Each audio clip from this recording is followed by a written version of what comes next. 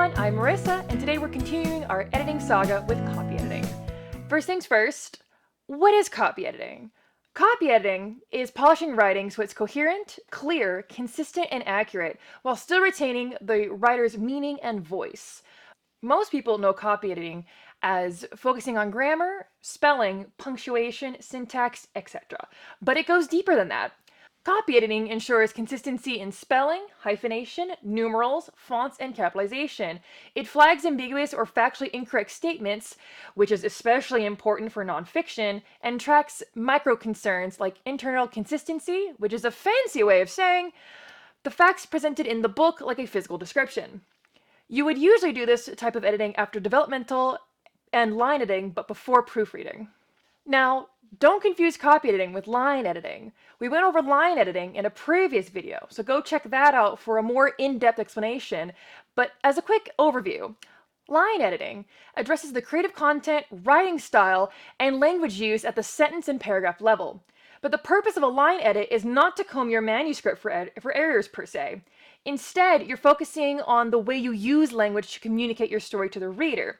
You'll be looking for run-on sentences, tonal shifts, redundancies, making your word choice tighter, stuff like that. Copy editing, on the other hand, addresses flaws that are on a very technical level and makes sure the writing that appears on the page is in accordance with industry standards. A lot of people also confuse copy editing with proofreading, and for good reason. They're very similar, and if you look up editing services, some of them use that term interchangeably, but there is a difference. Proofreading still looks at the flaws on a technical level, but a proofreader is looking at a final version or proof of a document. They're looking at formatting along with spelling and grammar. I'll make a video focusing on proofreading in the future, so be sure to subscribe, and if you want to get notified on when that video comes out. So, now that you know what copy editing is, let's talk about some tips for you to do copy editing for your own work. Imagine you just finished your developmental edits. Congrats! And because you're keeping up with our editing saga, you didn't skip the line edit, and your manuscript is fire. You're so ready to jump into the next round of editing, but not so fast. As the great Eliza Hamilton once said,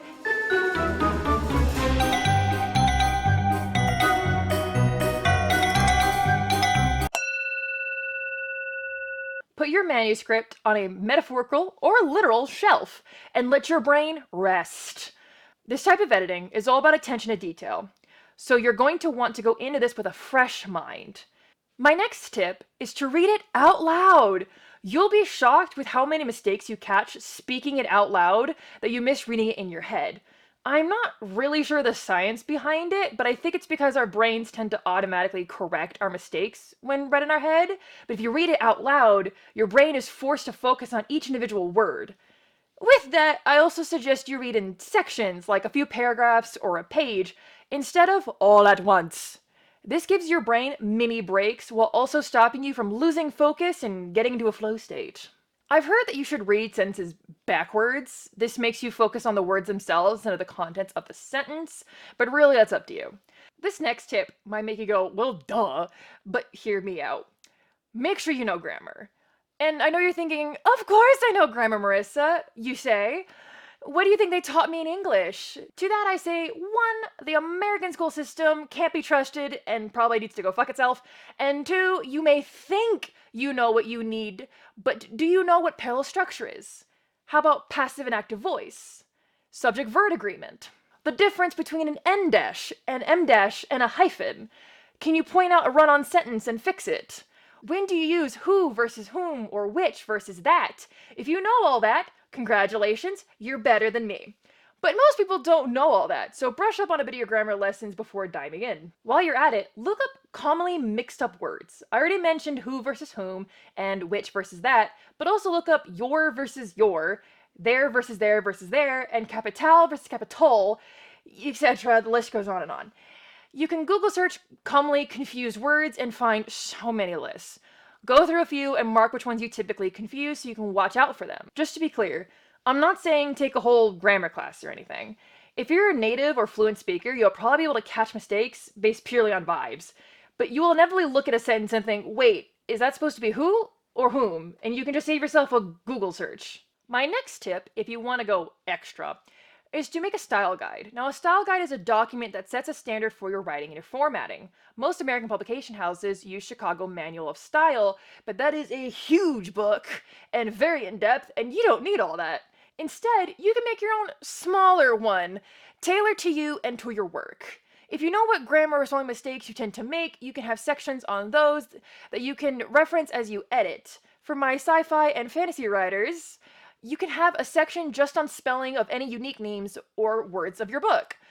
The whole point of a style guide is to be a reference and make sure everything is consistent.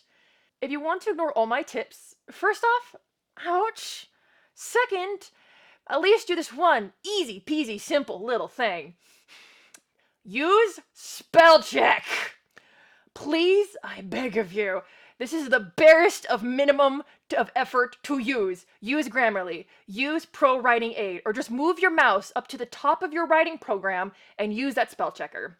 Just please use it. It's not perfect. That's why it's better to have a human do a copy edit, but at least you'll catch some of the biggest, easy to spot mistakes.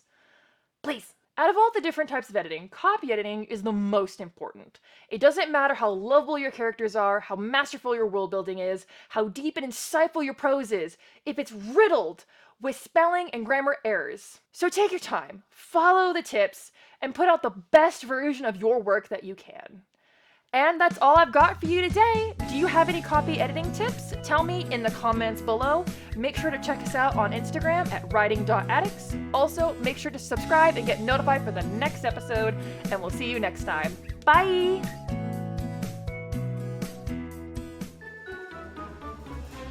Copy editing, on the other hand, addresses flaws on a very technical level and makes sure that the writing on the page, fuck.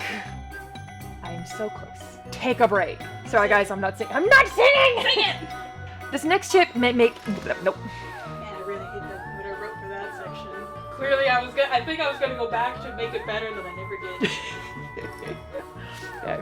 What do you use? Nope, not what. Wrong W. What do you use? Nope, say that God again. damn it!